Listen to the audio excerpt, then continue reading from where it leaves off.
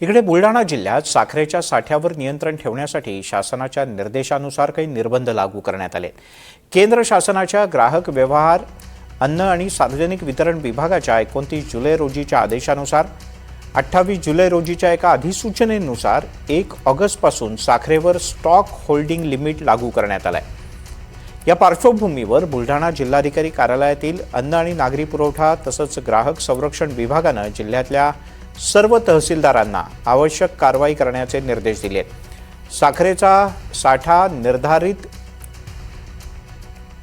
किंवा निर्देशित आकड्यापेक्षा जास्त असेल तर त्या संदर्भात तपासणी करावी आणि संबंधित पथकांना याबद्दल कारवाई करण्याचे आदेश सुद्धा देण्यात आले आहेत। जिल्ह्यातील सर्व साखर व्यापाऱ्यांना शासनाच्या निर्देशानुसार तातडीने संबंधित पोर्टलवर आपापल्या जिल्ह्यातल्या साखरेच्या साठ्याबद्दल माहिती देणं बंधनकारक करण्यात आलं आहे।